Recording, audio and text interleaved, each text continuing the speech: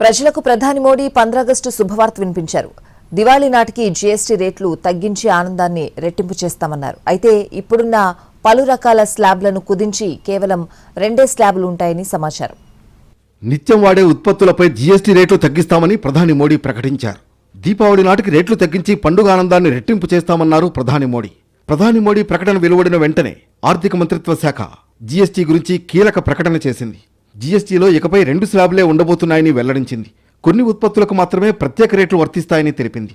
ప్రస్తుతం 5, 12, 18, 28% జీఎస్టీ స్లాబ్లున్నాయి. గడిచిన 8 ఏళ్లలో జీఎస్టీ విషయంలో తమ ప్రభుత్వం అనేక సంస్కరణలు తీసుకొచ్చిందని ప్రధాని మోడీ ఎర్రకోట వేదికగా చేసిన 79వ స్వాతంత్ర్య దినోత్సవ ప్రసంగంలో తెలిపారు. రాష్ట్రాలతో చర్చించి తదుపరి దశ సంస్కరణలు చేపడుతున్నట్లు చెప్పారు ప్రధాని. దీనివల్ల పన్ను భారం తగ్గనుందన్నారు. ముఖ్యంగా సామాన్య పౌరులకు ఉపశమనం కలుగుతుందని చెప్పారు. సూక్ష్మ, చిన్న, మధ్య తరహా పరిశ్రమలు కూడా ప్రయోజనం పొందుతాయని తెలిపారు మోడీ. నిత్యం వినియోగించే వస్తువుల ధరలు తగ్గడం వలన దేశ ఆర్థిక వ్యవస్థ మరింత పటిష్టమవుతుందన్నారు. दिवाली में आपको एक बहुत बड़ा तोहफा देशवासियों को मिलने वाला है। पिछले 8 साल से हमने जीएसटी का बहुत बड़ा रिफॉर्म किया, पूरे देश में टैक्स के बर्डन को कम किया। और मेरे प्यारे देशवासियों, हम नेक्स्ट जनरेशन जीएसटी रिफॉर्म्स लेकर के आ रहे हैं। ये दिवाली के अंदर आपके लिए तोहफा बन जाएंगे।